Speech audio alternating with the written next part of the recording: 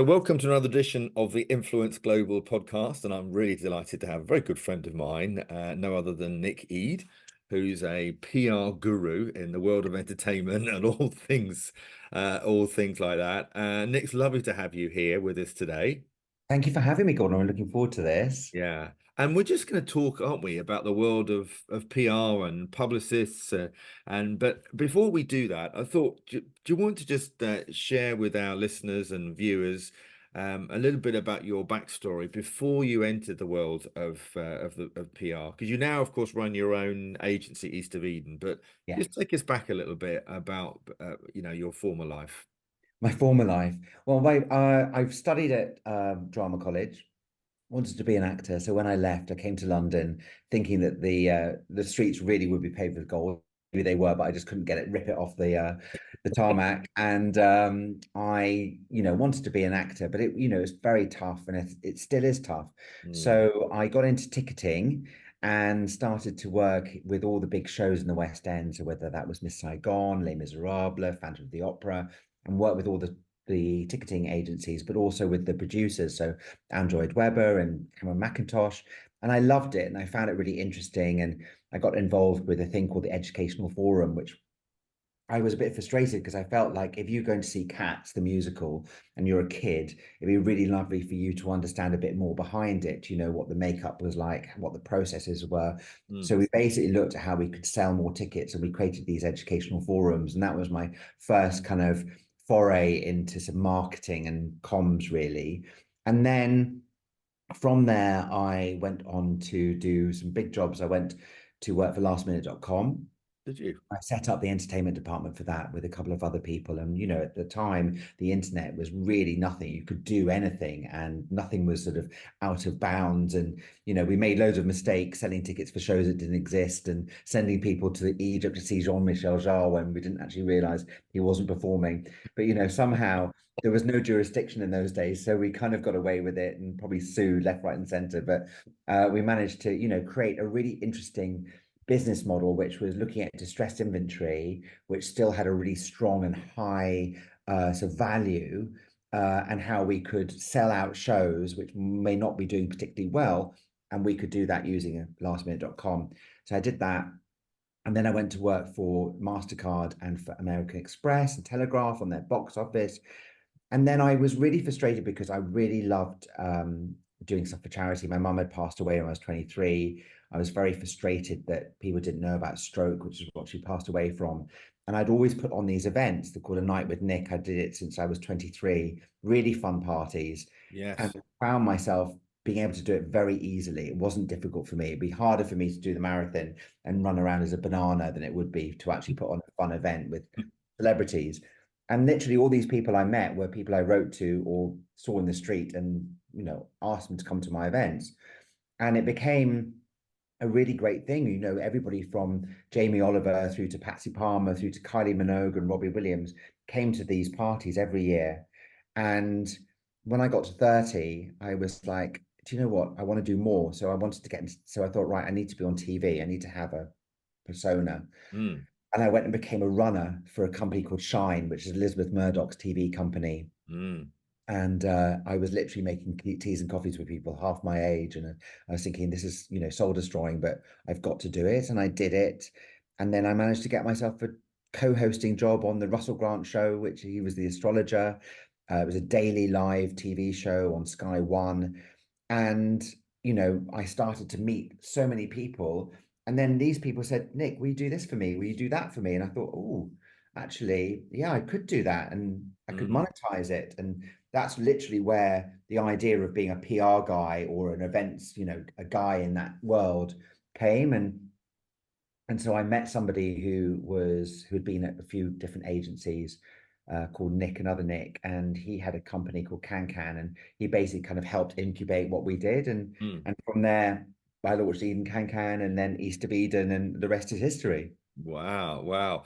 And it's funny, isn't it, to see how your journey has progressed in that time when you so often people don't set out on a path. It almost envelops them, doesn't it? Because people see your skills and they say, right, actually, no, will you do this for me? And that's what happens, isn't it? Completely. I always feel like I've either been the luckiest man in the world or the biggest hustler in the world, or actually I was just meant to do it. And I think, Sure, I exactly. found it very easy, and I found it very easy to understand the relationship between celebrity and brand and event. And I understood also how managing everything in a really cohesive way could really make a difference. And I think everything I've done, whether that's commercial or whether it's for charities like Diana Award or Global Gift Foundation, they've all had a beginning, a middle, and end.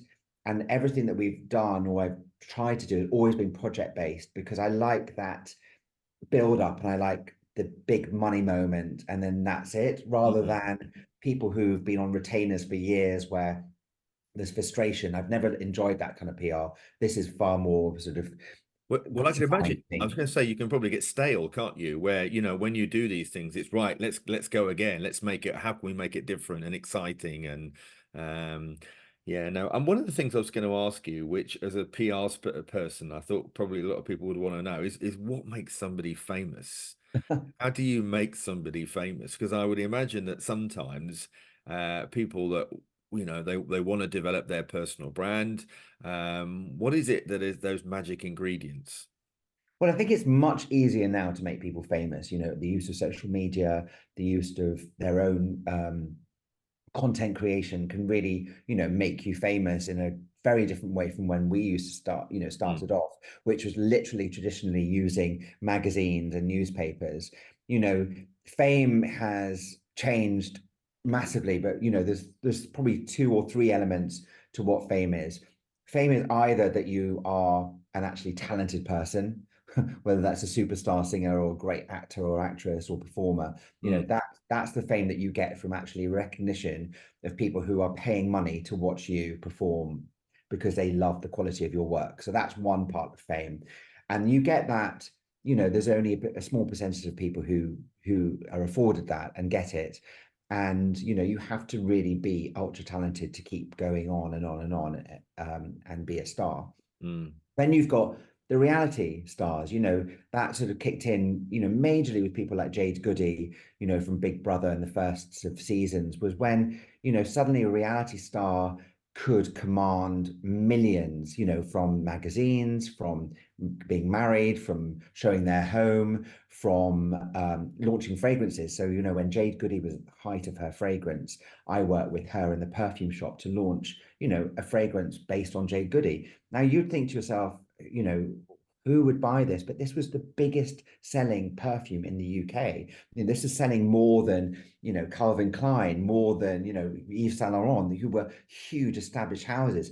This Mm. is somebody who was seen not particularly in the best of lights on a reality show, but somehow captured the zeitgeist of people. So, that kind of fame is something which the media help Mm. perpetuate. You've obviously got to have a personality, uh, whatever you think about Gemma Collins, she polarizes people, but she has a personality, and you Absolutely. know who she is. So Yeah. that to me is always something you've got to have. And then the third kind of fame is the kind of the infamy, which is the, whether it's a Michelle Mone of this world who created Ultimo bras, which were famous as their own, but then she is the inventor or the businesswoman became a celebrity in their own right. People like Baroness Karen Brady, again, you've got these sort of like almost like Dragon's Den kind of characters. Mm. Again, if you've got Philip Green, all these quite notorious people have all become media personalities in their own right, and they've become celebrities out of their business ventures. So, those are the three kind of areas I think that fame comes from. But of course, you can be famous for the wrong reasons, of course, aren't you? And you can end up in jail. Yes, of course you So, can. But you can also end up in jail and there still be an Oscar winner. Look at somebody, Robert Downey Jr. I yeah. find him, I think people don't realize there is quite a lot. Even Gino D'Acampo was actually arrested for breaking and entering, and people forget all that, but they can Yeah, still of redeem course. themselves and become, superstars. And if you're meant to be there, I think somehow you get there. Yeah, or even Donald Trump in the political world. I mean, massively famous, of course, isn't he? Yeah. But I'm wondering whether or not it was because of his television career that had actually and him being involved in The Apprentice that catapulted him. because even though it's a bit like Gemma, what you're saying about Gemma Collins can polarize people's opinions, by his own fan base, and this is what's interesting about Fame, is he can do no wrong. Mm, And it's almost like the more indictments, you know, the greater the support from the fan exactly. base. I mean, And I that, find it so interesting that, that, yeah, it's kind of like perpetuating itself, and you look at people who have, in the UK, like someone like Piers Morgan, exactly another who example. is, Very is polarizing. Yeah. very, very polarizing, but who can sell out, books, and can be somebody who Simon Cowell asks to be on the panel for Britain's Got Talent at the beginning, and can be on panels all over the world, but still be somebody who has potentially done dodgy things with newspapers, and still be a star. I Like, know. you're like, how can you almost get away with these things in plain sight? But that's what celebrity does. I know. Absolutely. We're going to take a break and we're going to hear from Nick in just a moment. Yeah, that's great. Um, so, what talk to me about what it's like to be a publicist. For some people that don't understand this, the role of a publicist, t tell us a little bit about what you guys do. Well, one thing I have to say is we as my business has never actually looked after an individual. And the reason why we don't look after individuals is, I've always said this from the start, is it's very, very difficult. And you never know who's going to wake up the next day, whether they're going to love you or hate you. And I always set kind of a parameter there to say I wouldn't do that. However, individuals have brands of their own, and they have brilliant initiatives that they create. And that I was really happy to represent, because then you feel like you actually sort of a couple of steps away from them, rather than being on the front line, which is never something I wanted to do. So, Mm, working with as a publicist means that you are looking for the positives, protecting them from the negatives, and creating stories which will, hopefully get column inches and get interest. And in the end, it's ultimately making money. mm, So for instance, we worked with Virgin, the rooftop gardens in Kensington for many years. And you think to yourself, well, how can I be a publicist for a restaurant, for 10 years? It's the same food, really, the same menu, the same chef, the same flamingos. And you just have to think about different angles and how you can really educate people about it, really shape it, create mm. new stories, and look at history. History is a great way, when you can go, oh, it's our 10th anniversary or 15th year of this champagne. It's always about thinking about the new angles that hopefully will engage people and create content. Yeah. Well, that's the point, isn't it? It's almost like creating a year-round content plan, Mm. and finding angles and things that, well, new stories, as you say, that people can capture, and of course, bringing new audiences to such an organization. No, fascinating. I mean, what would you say are some of your highlights in your illustrious career? And then Well, I perhaps you think want to share some of your lowlights. Oh, okay. My highlights. I've had some great, literally have had some great highlights. For instance, I managed to pull off for Sony Ericsson the a tennis tournament between Jay Sean and Novak Djokovic and Mel B and Anna. Oh my God, I can't remember. Not Anna Kournikova. I can't remember her surname. But anyway, we did a doubles match and it was absolutely fantastic. We called Oh it my Game, goodness. Set, and Slam. And it was brilliant in Miami. It was fabulous. We had a big party at the end of it. And it just looked brilliant. And it was for Sony Ericsson. They were sponsoring the Miami Open. And to create something from scratch and really look at it, at how it became and what it did do, was brilliant. The Global Gift Foundation is something I've worked with for many years. When I first met with Maria Bravo and Eva Longoria, it was called the Noble Gift Gala. And to have taken it to become the Global Gift Gala, which is now kind of like the Oscars of the philanthropy world, and to be part of that has been amazing. And then, working with some charities like the BBC Children in Need, I came up with this idea called Pop Goes a Musical, where we basically got pop stars to turn up and perform for one night only in musicals, in the West End, and to Amazing. coordinate all that, to come up with it, to, get the stars to agree to it. to get the shows to allow their IP to be used, because they're huge, big machines, Awesome. was actually quite fun for me, because it felt like I was going back to my roots when I was doing ticketing. So I Yeah. understood the whole kind of arc of that.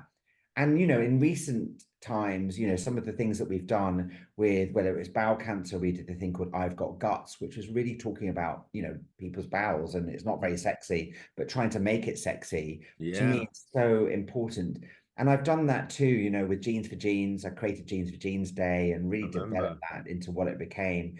And now with my own charity, as you know, I've got Style for Stroke, which, is one of the leading charities in the world when it comes to stroke prevention, but also we're using fashion as a way of educating people about brain injury, and it's fantastic. And this year we're getting bigger and bigger, and hopefully we're going to do some really great things. And then, so that's great. Well, the things that haven't worked out, we did this thing years ago, which was just terrible, and really was terrible.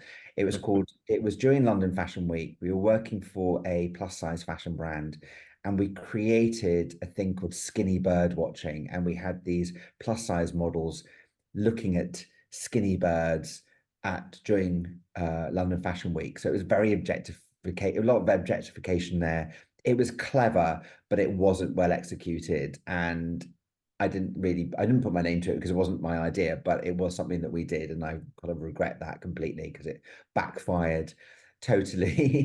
Well, I I can know. imagine, because that's, the whole fashion scene is quite a Oh sensitive God, area, yeah, it isn't was it? You've only got, terrible. there's not much you need to do to get publicity in the wrong direction, is there? Oh God, completely. And it was too contentious, and it just didn't work, and it backfired. And I think the other ones that are difficult have always been events. Events are fantastic. If you've got a star that says they'll come and they're paid to attend, then they're going to be there. But there have been times where we've done events which have, really had a lot of investment in them, a lot of time and energy, but then people just don't turn up. And Mm, sometimes people don't turn up, maybe because it's an act of God, maybe because there's a tube strike, but there are literally some things that you have to PR because you are being paid to do it, that really nobody wants to come to or be associated with, and yeah, you just can't make it work. And yeah, I get very frustrated with that because I want success for everything. And I think, 99.9 of the things that we've done and I've done are successful. But there are some days where you just think, no matter how I shape this is not a success. yeah, yeah. And it's difficult, isn't it? Because, I know what it's like with getting people out to events. You got 50% or more, particularly if it's free, don't Mm, don't show up. But because I mean, we know in the world of influencer yeah. marketing, even when I launched the Influencer Marketing Association, and I remember we got loads of influencers come along to it, and we were really pleased about it because we got really nice goodie bag and everything else. But then after the first free drink, quite a lot of them were starting to peel off and leave. Mm, I was thinking, whoa, what's going, why you leave? And it wasn't through anything that we've done. It's just that the fact that they got 3 or 4 other events to go to that yeah. evening. So this is what you're up against, of course. It's not that, your event isn't good, but you've got competing events going on at the same time, and everybody's trying to get that share of audience. Yeah, completely. And I think again, a few years ago, it was very different. People would go to an event because they knew it'd be good for them. Yeah. Now they realize they're going to an event because it'd be good for the brand or the person that invited them. And you do have to sit there and go, okay, well, actually, if I am a, Hollywood star, and I am going to be coming out today to this event, and I know that it's going to get your brand or your charity in the press, then I know also I've got to look good. Now, my glam squad, they need to be paid. They're not getting anything from this, so Mm, they need to be paid X amount. So why shouldn't they be remunerated for it? And I think that kind of is filtered down in a massive way because you of want them to look their best. So course. there should be budget, you know, I do that now with the charity events. We don't pay anybody to come to our charity events. However, we'll always make sure that if they want a hotel and it's nearer to the place, or they need their hair and makeup done and we can provide it for them, we'll do that because it's a Absolutely. win-win for everybody, and it makes them feel that you respect them and want them to attend. And I get that, and I absolutely get that, because at the end of the day, it's about valuing each other's time and effort. You know, it's all, I mean, it's all about collaboration, isn't it? At the end of the day. No, it's great. So where's the future look like? What do you think in this sort of nightmare world we live in at the moment? What's your thoughts around publicity? I mean, are you any concerned about AI at all? About, you know, some of the discussions and then, you know, what that's going to do? I think, you know, publicity is very different nowadays from how it's been.